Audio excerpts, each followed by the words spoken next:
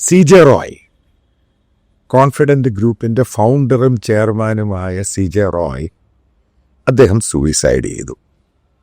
ഇപ്പോൾ കേരളത്തിലെ മീഡിയയിലും ചില നാഷണൽ മീഡിയയിലും ഇതുമായിട്ട് ബന്ധപ്പെട്ട റിപ്പോർട്ടുകൾ വരുന്നുണ്ട്. അവിടെ 3 ദിവസമായി നടക്കുന്ന ഇൻകം ടാക്സിൻ്റെ റെയ്ഡ്, അതുമായി ബന്ധപ്പെട്ട് ഇന്ന് വെള്ളിയാഴ്ചയാണ് റെയ്ഡുമായി ബന്ധപ്പെട്ട് ഇൻകം ടാക്സിൻ്റെ സീനിയറായിട്ടുള്ള ഉദ്യോഗസ്ഥർ അയാളെ അറിയിക്കുന്നു, അവരയാളെ അറസ്റ്റ് ചെയ്യാൻ പോവുകയാണ്. അതിൻ്റെ പേരിൽ മനം നൊന്താണ് അദ്ദേഹം ആത്മഹത്യ ചെയ്തത് എന്ന് ചില മലയാളം മീഡിയ റിപ്പോർട്ട് ചെയ്യുന്നു. അവിടുന്ന് കിട്ടിയ ഡോക്യുമെൻറ്റ്സ് പലതും അവർ ഇൻകം ടാക്സുകാർ അവരെ ടാക്സിയിലാക്കി അവരവരുടെ ഓഫീസിലോട്ട് പോയി. ഇനി നമുക്ക് നോക്കാം. അതായത് ഞാൻ പല ഇൻകം ടാക്സിലെ പല ഓഫീസിൽ സീനിയറായിട്ടുള്ള പല ആൾക്കാരോട് സംസാരിച്ചു. അതെല്ലാം കൂടെ വെച്ചാണ് ഞാൻ ഈ വീഡിയോയിൽ ഈ അനാലിസിസ് ചെയ്യുന്നത്. ഒരു കാര്യം മനസ്സിലാക്കണം, മലയാളിയാണ്, എറണാകുളം ജില്ലാ സ്വദേശിയാണ്, ബാംഗ്ലൂരിൽ ബോൺ ആൻഡ് ബോട്ടപ്പാണ്, ഒരു സക്സസ്ഫുൾ റിയൽ എസ്റ്റേറ്റ് ബിസിനസ്മാൻ. ഏകദേശം 57ഓളം വയസ്സുണ്ട് അദ്ദേഹത്തിന്. അത് ബാംഗ്ലൂർ നല്ലപോലെ അത് ലോഞ്ച് ചെയ്തു. കേരളത്തിലുണ്ട്, മിഡിൽ ഈസ്റ്റിലുണ്ട്, ദുബായിലുണ്ട്. അപ്പോൾ ഈ ഒരു ചെയിനായിട്ടുള്ള നെറ്റ്വർക്കിൽ പോകുന്ന ഒരാൾ ഇൻകം ടാക്സ് റെയ്ഡുമായി ബന്ധപ്പെട്ട് അറസ്റ്റ് ചെയ്യും എന്ന് ഭയന്ന് ആത്മഹത്യ ചെയ്തതാണോ? ഒന്നാമത്തെ ചോദ്യം. രണ്ടാമത്തെ പല സ്പെക്കുലേഷൻസും മറ്റുള്ള സംഭവങ്ങളൊക്കെ വരുന്നുണ്ട്, അവിടെ നിൽക്കട്ടെ. ഒരു കാര്യം മനസ്സിലാക്കുക, ഈ CJ റോയ്ക്കെതിരെ ഇൻകം ടാക്സിൻ്റെ മറ്റു പല ഏജൻസികളുടെയും എൻക്വയറി നടക്കുന്നുണ്ട്. അതായത് സ്ട്രോങ് ആയിട്ടുള്ള എൻക്വയറി നടക്കുന്നുണ്ട്. അതിൻ്റെ പേരിൽ തന്നെ അദ്ദേഹം ഇൻകം ടാക്സിൻ്റെ അപ്പലേറ്റ് അതോറിറ്റിയിലും മറ്റു പല ഏജൻസികളുമായി ബന്ധപ്പെട്ട് കത്തിടപാടും കേസുകളും ആ സംഭവങ്ങൾ ഒരു വശത്ത് നടക്കുന്നുണ്ട്. അപ്പം നിങ്ങൾ ചോദിക്കാം, ഇന്ത്യയിൽ ഏതെങ്കിലും ബിസിനസ്സുകാരൻ ഇങ്ങനെ പ്രശ്നങ്ങൾ ഉണ്ടായിട്ടുണ്ടോ?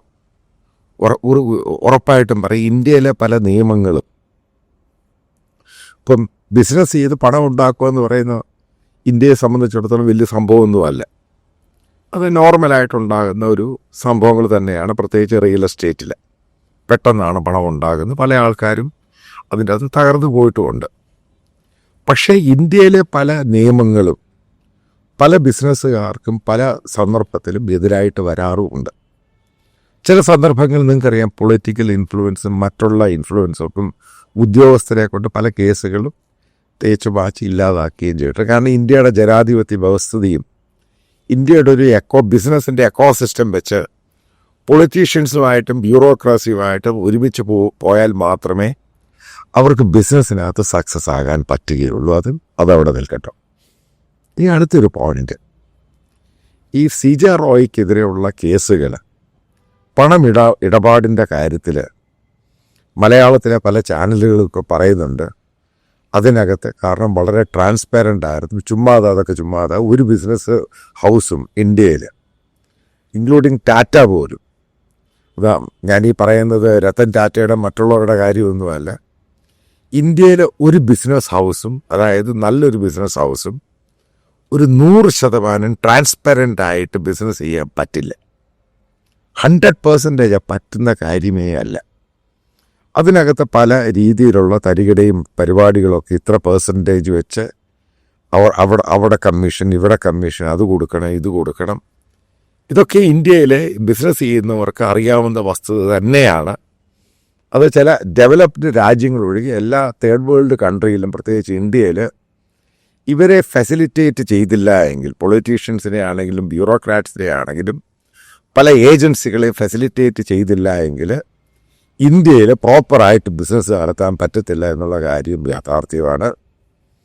ഇവിടുത്തെ ബാങ്കിങ്ങും സിസ്റ്റവും ആണെങ്കിലും ഫണ്ടും അതും ഇതൊക്കെ കിട്ടാനാണെങ്കിലും ഇന്ത്യയിലെ ടാക്സ് എന്ന് പറയുന്നത് ഭയങ്കര സംഭവമാണ്. 18 ഹ്യൂജ് ടാക്സാണ് ഇന്ത്യയിൽ. അപ്പോൾ ഈ ടാക്സിൽ നിന്ന് ഇവേഡ് ചെയ്യാനും ഒഴിഞ്ഞു മാറാനൊക്കെ പല പരിപാടികളും തരികിടകളൊക്കെ ഒരുവപ്പെട്ട എല്ലാ ആൾക്കാരും ചെയ്യാറുണ്ട്. അത് എല്ലാവർക്കും അറിയാവുന്ന സത്യമാണ്.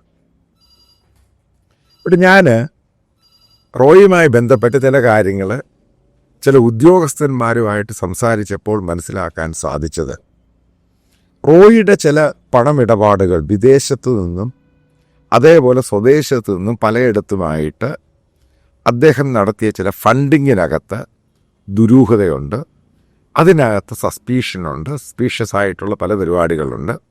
അപ്പം അതുമായി ബന്ധപ്പെട്ട പല ചോദ്യങ്ങളും റോയിയുടെ മുമ്പിൽ പല ഡോക്യുമെൻ്റ്സ് ആയിട്ട് പല പ്രാവശ്യവും റോയി അപ്പലേറ്റ് അതോറിറ്റിക്ക് മുമ്പിലും ഇൻകം ടാക്സിൻ്റെ ഒഫീഷ്യൽസിൻ്റെ മുമ്പിലും അവരുടെ ഉദ്യോഗസ്ഥന്മാരുടെ മുമ്പിലൊക്കെ പോയിട്ടുണ്ട്. അപ്പോൾ ഇതിനകത്ത് പലതിനകത്തും പ്രോപ്പറായിട്ട് ഉത്തരം കൊടുക്കുവാൻ CJ റോയിക്ക് കഴിഞ്ഞിട്ടില്ല. ഇതൊരു സത്യാവസ്ഥ തന്നെയാണ്. അപ്പം ഇതുമായി ബന്ധപ്പെട്ട ചില കാര്യങ്ങൾ ചിലർ പറയുന്നത്, അതായത് റോയിയുടെ കയ്യിൽ സ്ലോവാക്യ എന്ന് പറഞ്ഞ ഒരു രാജ്യത്തിൻ്റെ, അതായത് ഈസ്റ്റേൺ യൂറോപ്യൻ രാജ്യത്തിൻ്റെ കോൺസുലേറ്റ് ജനറൽ എന്ന് പറഞ്ഞൊരു പോസ്റ്റ് അദ്ദേഹം പണം കൊടുത്താണ് വാങ്ങിയിരിക്കുന്നത്. മനസ്സിലാക്കുക, ഞാൻ ഈ ഡൽഹി ജേർണലിസത്തിലെ ആയുധ വ്യാപാര സംഭവം, അതായത് കപടതകൾ, അത് അന്വേഷിച്ച ഒരു ജേർണലിസ്റ്റാണ്. നിങ്ങൾക്കറിയാം തെഹൽക്ക ഇഷ്യൂ. അപ്പോൾ അതുമായി ബന്ധപ്പെട്ട് ഈ ഡൽഹിയുമായി ബന്ധപ്പെട്ട് നിൽക്കുന്ന വലിയ കിങ് പിൻസ്, അതായത് വലിയ ആയുധ ഇടപാട് നടത്തുന്ന എല്ലാ ആളുകളും, ഇപ്പോൾ സുധീർ ചൗധരി ആണെങ്കിലും ബിപിൻ ചന്ദ് ആണെങ്കിലും, അങ്ങനെ നമ്മൾ നമ്പർ ഓഫ് ആൾക്കാരെ എടുക്കുകയാണെങ്കിൽ ഇവർക്കൊക്കെ തന്നെ ഒരു ഇൻ്റർനാഷണൽ ബോഡിയുടെ സപ്പോർട്ടുണ്ട്. അതായത് ഇവരൊക്കെ തന്നെ ഈ പല ചെറുതും വലുതുമായിട്ടുള്ള പല രാജ്യങ്ങളുടെയും, അതായത് പ്രത്യേകിച്ച് ഈസ്റ്റേൺ യൂറോപ്പും ആഫ്രിക്കൻ രാജ്യങ്ങളുടെയൊക്കെ കോൺസുലേറ്റ് ജനറൽ പോസ്റ്റ് ഇവർ പണം കൊടുത്തിങ്ങ് വാങ്ങും.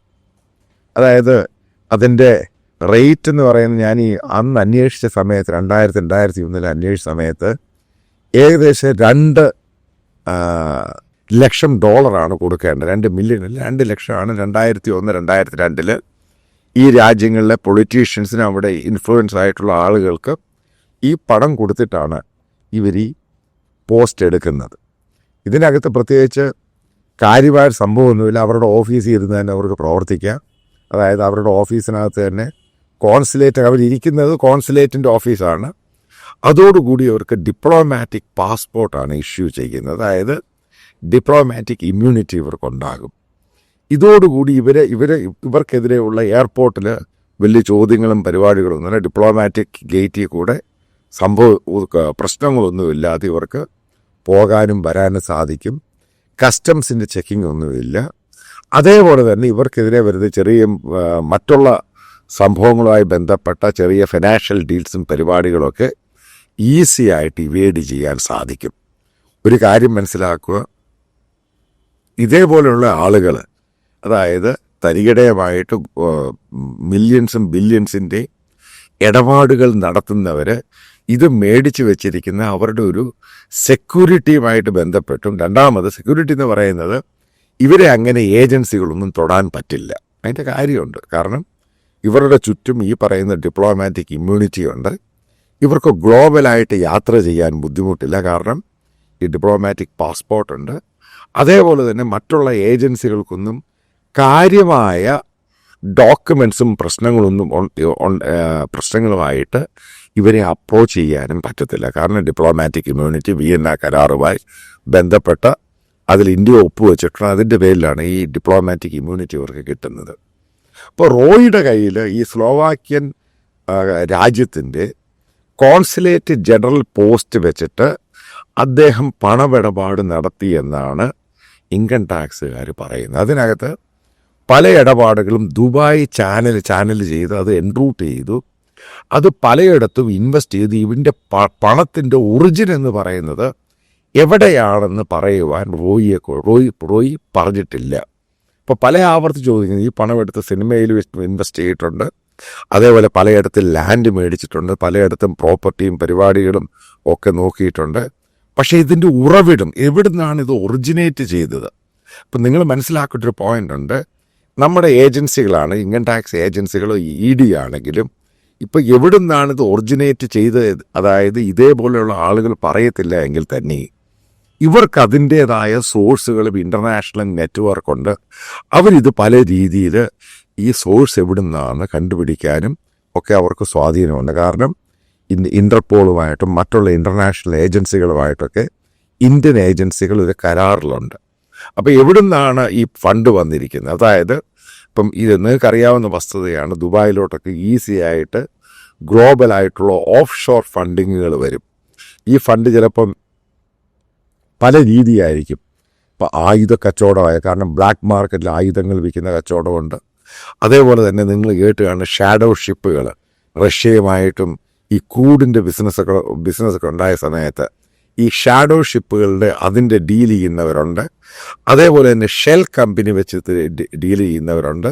ഇപ്പം ഇവരുമായിട്ടൊക്കെ ഒരു കണക്ഷൻ, ഈ കണക്ഷനും ഈ പറയുന്ന പല രാജ്യങ്ങളുടെയും കോൺസുലേറ്റ് ജനറൽ പോസ്റ്റ് വെച്ചിട്ടാണ് ഇതൊക്കെ ചെയ്യുന്നത്.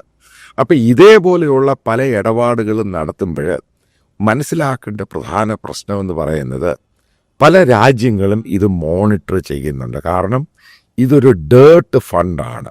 അതാണ് എൻ്റെ കാര്യം. കാരണം ഈ ആയുധങ്ങൾ വാങ്ങുന്നു, ഈ ആയുധങ്ങൾ എവിടെയാണ് പോകുന്നത്, ആരാണ് കച്ചവടം ചെയ്യുന്നത്? നിങ്ങൾക്ക് ഓർമ്മയുണ്ടെന്ന് വിശ്വസിക്കുന്നു. ഈ അഫ്ഗാനിസ്ഥാനുമായിട്ടും പാകിസ്ഥാനുമായിട്ടും പല ഇഷ്യൂ ഒക്കെ നടന്ന സമയത്ത് അവിടെയുള്ള പല പട്ടാളത്തിൻ്റെ, അതേപോലെ തന്നെ അവിടെയുള്ള പല ഡീലേഴ്സും വീലേഴ്സും ഒക്കെ ഇതുമായി ബന്ധപ്പെട്ട് പണം കൊണ്ട് ഡംപ് ചെയ്യുന്നൊരു സ്ഥലമാണ് മിഡിൽ ഈസ്റ്റ് എന്ന് പറയുന്നത്. പക്ഷേ ആ ഡംപ് ചെയ്യുന്ന ആ സ്ഥലം, അവിടുന്ന് ഇത് വിനിയോഗിക്കണമെന്നുണ്ടെങ്കിൽ ഒരു ബിസിനസ്സുകാരൻ വേണം. അത് ചാനൽ ചെയ്ത് എൻറൂട്ട് ചെയ്യണം. ചിലപ്പോൾ ഇത് ഡോളറിലായിരിക്കും, അല്ലെങ്കിൽ യൂറോയിലായിരിക്കും, ഏതെങ്കിലും മറ്റുള്ള ഇൻ്റർനാഷണൽ കറൻസിയിലായിരിക്കും. അപ്പോൾ ഇത് എൻറൂട്ട് ചെയ്യാനൊക്കെ പല രീതിയിലുള്ള ചാനൽ ചെയ്യാൻ വേണ്ടി ഒരു ഇൻ്റർനാഷണൽ റൂട്ട് എപ്പോഴും നോക്കാറുണ്ട്. അപ്പം അതിനു വേണ്ടി ഏറ്റവും ഫലപ്രദമായ ഒരു പോസ്റ്റാണ് ഈ കോൺസുലേറ്റ് ജനറൽ എന്ന് പറയുന്നത്. കാരണം ഇവർക്ക് ഈ പറയുന്ന പോലെ വലിയ രീതിയിലുള്ള റെസ്ട്രിക്ഷൻസ് ഇല്ല. ഇവർക്ക് പണമിടപാടുകൾ ഈസിയായിട്ട് നടത്താൻ സാധിക്കും. ബിനാമി ഇടപാടുകൾ ഈസിയായിട്ട് നടത്താൻ പറ്റും. നിങ്ങൾക്കറിയാം, നിങ്ങൾ മനസ്സിലാക്കേണ്ട സംഭവമുണ്ട്. ഇന്ത്യയിലെ രാഷ്ട്രീയക്കാരും പൊളിറ്റീഷ്യൻസും അതേപോലെ ബ്യൂറോക്രാറ്റ്സും വളരെ വർഷങ്ങളായിട്ട് ഡീലുകളും വീലുകളും ഒക്കെ നടത്തുന്നത് ഈ വിദേശ രാജ്യത്ത് വെച്ചാണ്. കാരണം അവിടെ അവരുടെ കറൻസിയിൽ കൊടുക്കുന്നു, അവർക്കതിന് പറ്റിയ ആൾക്കാരുണ്ട്, അവരത് എൻറൂട്ട് ചെയ്ത് കച്ചവടക്കാരത് ഇന്ത്യയിലോട്ട് കൊണ്ടുവരുന്നു.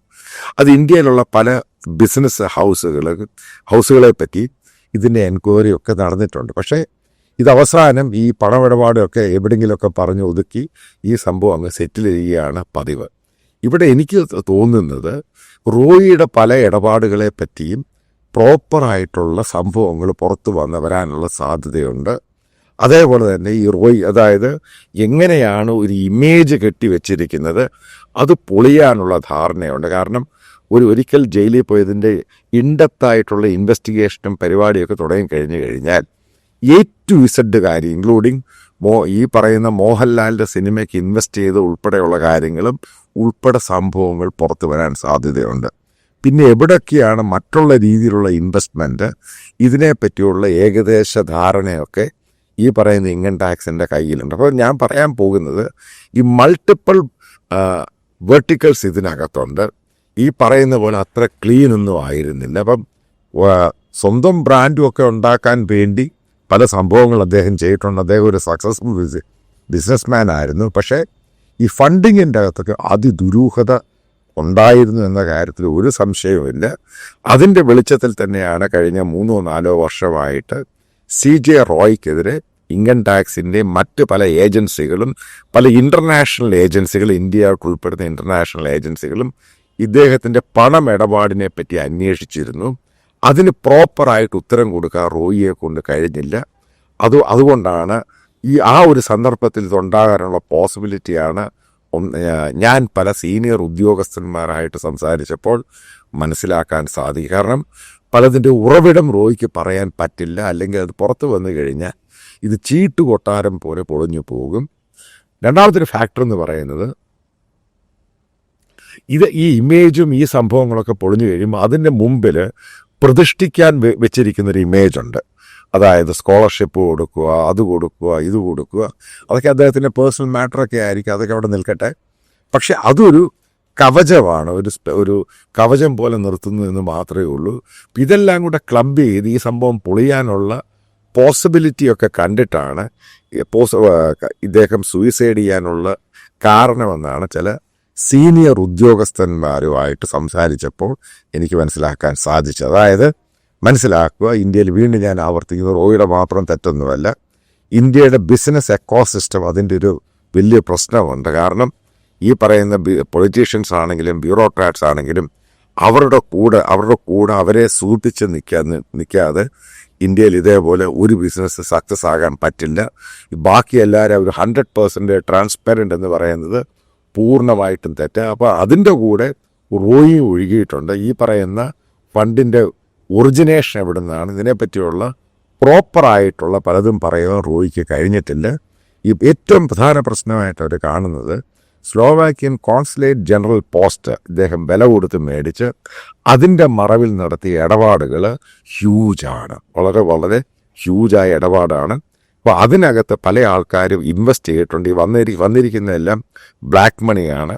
അപ്പോൾ അതിൻ്റെ റൂട്ടെല്ലാം കൂടെ തപ്പിപ്പോയി കഴിഞ്ഞപ്പം റോയിക്ക് പലതിനും ഉത്തരം കൊടുക്കാൻ സാധിച്ചില്ല. അതോടുകൂടിയാണ് ഇൻകം ടാക്സ് അവർ പറയേണ്ടി വന്നത് അയാളെ അറസ്റ്റ് ചെയ്യും. ആ ഒരു സന്ദർഭത്തിൽ റോയി എടുത്ത തീരുമാനമാണ് എന്നാണ് ഇൻകം ടാക്സിൻ്റെ പല ഒഫീഷ്യൽസും പറയാൻ എന്നോട് പറഞ്ഞത്.